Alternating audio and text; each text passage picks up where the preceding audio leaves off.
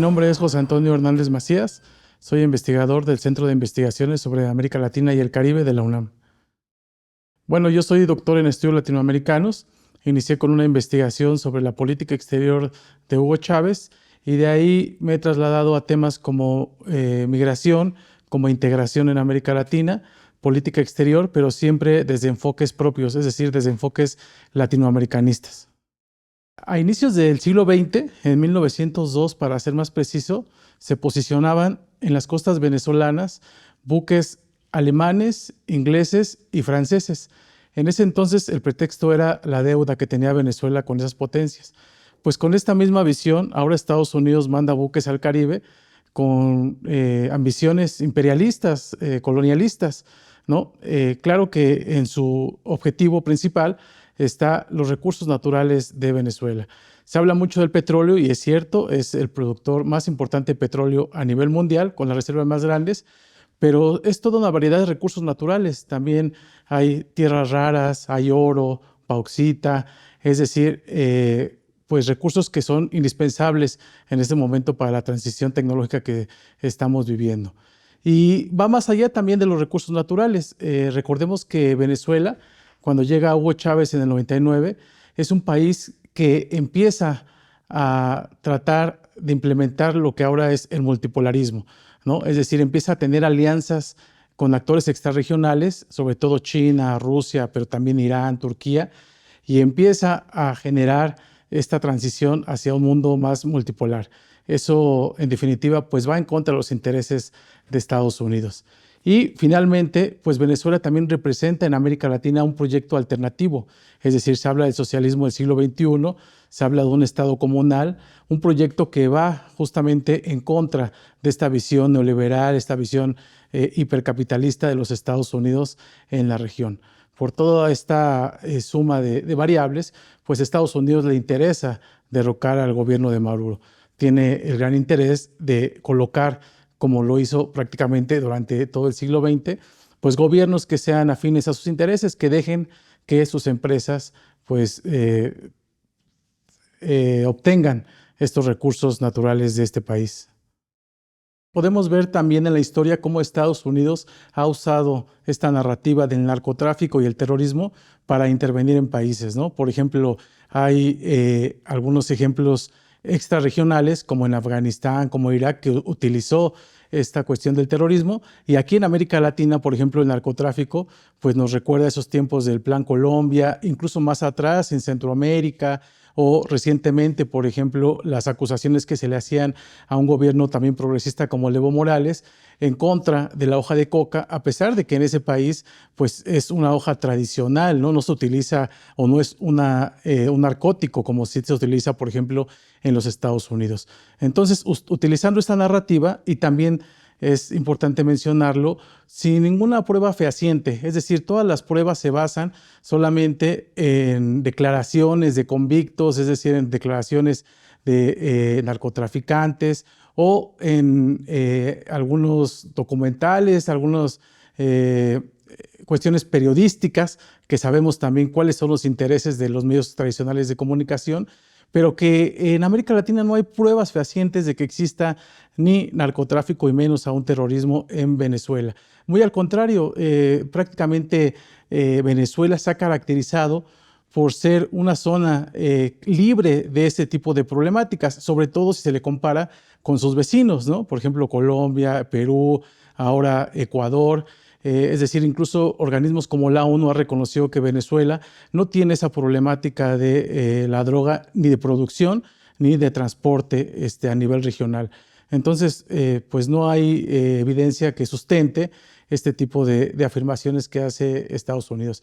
Y ha habido un movimiento regional, incluso también con esta tendencia. El mismo presidente Petro hace algunos días comenta que él tiene pruebas de que ese cártel de los soles no existe y digamos que Petro no es el aliado más cercano de Venezuela, como a lo mejor sí lo puede ser Cuba, Nicaragua, etcétera, y que más bien tiene pruebas de que Estados Unidos sabe perfectamente y de alguna manera convalida el ingreso de drogas hacia su territorio.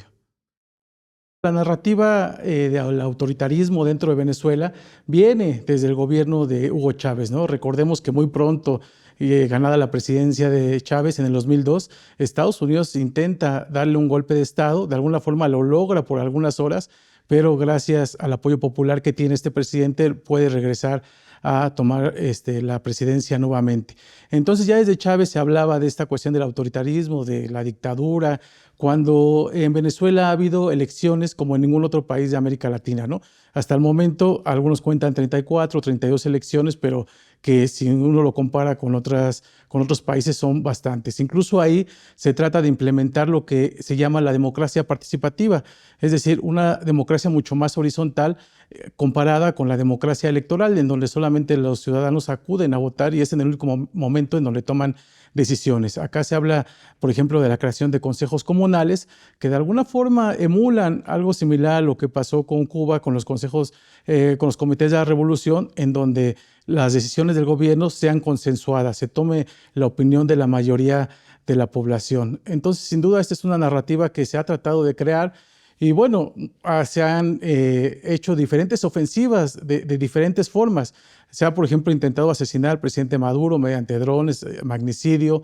Se ha intentado implementar pues, presidentes alternos. Recordemos este intento de declarar a Juan Guaidó como presidente pues, alterno constitucional de Venezuela, que no fue para ningún lado, ¿no? Y así se han intentado diferentes formas de derrocar al gobierno de Maduro, pero pues sin duda justamente tiene diferentes pilares que lo sustentan. Uno de ellos es, por ejemplo, todo el ala militar, que afortunadamente desde también que llega Chávez se crea un proyecto de unión cívico-militar y que inmediatamente dejan de tener esas alianzas cercanas con las escuelas estadounidenses. Por lo tanto, se crea toda una educación antiimperialista entre los militares que ahora se está viendo al mantenerse todavía cohesionados y unidos. Y por otra parte, el apoyo popular, ¿no? Sin duda este fin de semana pues hubo un reclutamiento y se nota a leguas pues este apoyo que hay pues en contra de cualquier invasión extranjera. Sin duda, Venezuela ha sido uno de los países que más ha crecido económicamente en los últimos años. Atravesó una profunda crisis que tiene diferentes variables. Claro que hubo una mala administración económica, incluso hubo cuestiones de corrupción. El mismo gobierno los acepta, las ha tratado de eliminar. Hay diversos funcionarios que están presos, incluso en la actualidad. Pero no se puede entender la crisis venezolana si no se observan estas acciones unilaterales, estas sanciones, este bloqueo que lleva Estados Unidos dentro de Venezuela, ¿no? Es muy claro que está destinado pues justamente a asfixiar la economía para afectar a la población, ¿no? Es decir, al final el gobierno no es el que sale afectado, sino pues es la población en general. Entonces vemos que hay un repunte muy importante. Hace algunos meses estuve 3 ocasiones en Caracas y ya no se ven esos anaqueles vacíos, ya no se ve pues esa falta de suministros básicos como lo hubo en un tiempo. Ha cambiado bastante la vida económica dentro de Venezuela, ¿no? Y bueno, este repunte pues es gracias también a que han podido de alguna forma diversificar sus relaciones, han empezado a tener apoyo también de otros países extrarregionales y el mismo Estados Unidos tiene una política exterior bastante contradictoria porque por un lado acusa al presidente de narcotráfico, de terrorista, pero por otro lado está pues de alguna forma haciendo diferentes negociaciones con este mismo gobierno, ¿no? Por ejemplo, Chevron todavía tiene su licencia y está operando dentro de Venezuela, o por ejemplo, hace poco a través de su enviado Grenell hubo intercambio de algunos presos venezolanos que fueron enviados a Estados Unidos a cambio de migrantes venezolanos que estaban en las cárceles de Bukele, ¿no? Entonces, pues vemos una política exterior bastante contradictoria hacia Venezuela. Es difícil saber lo que ocurrirá en un futuro inmediato, sobre todo por el perfil que tiene el presidente Donald Trump, ¿no? Que es una persona bastante explosiva, que puede levantarse un día y tomar una decisión completamente diferente a la que dijo anteriormente. Pero yo no veo, por ejemplo, una escalada militar amplia en Venezuela. Yo creo que eso sería un costo político muy alto para el presidente pues Donald Trump, y aparte tendría una defensiva a Venezuela muy similar a lo que pasó en Vietnam, muy similar a lo que en su momento ocurrió, por ejemplo, en Cuba, ¿no? De cómo está conformada estas milicias, cómo hay esta unión cívico-militar, hace que diferentes sectores, campesinos, obreros, estén armados, tengan preparación militar, y sería muy costoso para Estados Unidos el poder encarar una ofensiva de este tipo. Yo lo que veo es que esta demostración de fuerza que pretende hacer Estados Unidos está destinada, pues más bien a fragmentar a las fuerzas militares venezolanas, al intentar un golpe de Estado desde dentro, al tratar de convencer que haya gente deserte de estas fuerzas armadas, es decir, a meter miedo a la población y en general a los cuerpos de seguridad venezolanos, pero yo sí veo muy complicado que exista una ofensiva militar estadounidense dentro de Venezuela. La respuesta que Venezuela debe tener es justamente lo que está ocurriendo, es decir, crear una unidad al interior, no nada más en el sector gubernamental de las Fuerzas Armadas, sino de la población, tratar de alguna forma eliminar estas voces, estos discursos que hablan que lo mejor es una intervención, no tiene ningún sentido. Es decir, se conociera la historia de las intervenciones militares de Estados Unidos hacia otros países, se sabe perfectamente que eso nunca termina bien, ¿no? Es decir, el post-conflicto es lo más duro para el país que fue invadido. Pero por otra parte, este ataque a Venezuela no es a Venezuela, es un ataque regional. Es decir, el impacto que tendría una cuestión así es para toda la región.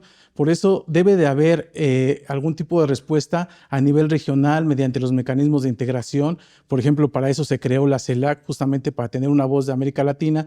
Recordemos que hace poco Estados Unidos catalogó como organizaciones criminales vinculadas al terrorismo a 8 diferentes organizaciones en América Latina. Es decir, si puede intervenir en Venezuela, tendría carta abierta para hacerlo en otros países, ¿no? Como Haití, como nuestro propio país, como Colombia. Por eso la respuesta debe ser completamente regional. El impacto negativo sería regional y global. También recordemos que este enfrentamiento realmente Estados Unidos tiene como objetivo el enfrentar a China, ¿no? Estamos en una época de transición hegemónica en donde China comienza a disputarle la hegemonía a Estados Unidos. China, si vemos ahora un mapa de América Latina, se ha convertido en el principal socio, sobre todo de los países de Sudamérica, y Estados Unidos, al intervenir en Venezuela, está viendo de alguna forma el objetivo de parar a China en la región. Entonces, es una ofensiva contra Venezuela, pero que la respuesta debe de ser completamente regional y global. Y ya existía esta respuesta, ¿no? Por ejemplo, la Cancillería rusa salió a hablar de que no debe haber intervención en Venezuela. China se posicionó también en contra de estos movimientos estadounidenses. Y a nivel regional, por ejemplo, Petro lo hizo, la presidenta Claudia Sheinbaum también lo dejó muy claro, que no debe haber intervención. Entonces, me parece que por ahí está la respuesta. Sin duda siempre habrá lacayos, siempre habrá esta oposición que es pues bastante, por decirlo de alguna forma, sumisa con Estados Unidos. Por ejemplo, hablamos de el presidente Milei, hablamos del presidente Bukele en El Salvador, ¿no? O la oposición en diferentes países. Aquí se escuchan las voces donde mencionan que tendríamos que tener una intervención estadounidense. En Colombia pasa lo mismo, pero bueno, sabemos cómo funcionan estas derechas conservadoras que están completamente aliadas a los intereses estadounidenses en la región.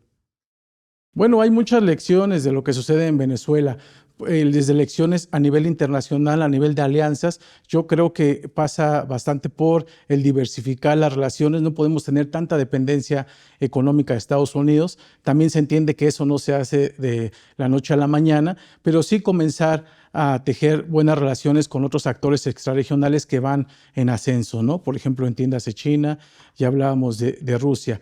Y bueno, a nivel interno también genera una cohesión, genera una conciencia, de alguna forma informar, educar y saber lo que representa, el peligro que representa Estados Unidos en el país. Ya lo hemos vivido, ya perdimos más de la mitad del territorio, estamos conociendo cómo piensa de alguna forma también esa derecha dentro de Estados Unidos hacia México, y pues lo ideal es justamente eso, informarnos, educarnos y estar muy consciente del peligro que representa Estados Unidos para nuestro país.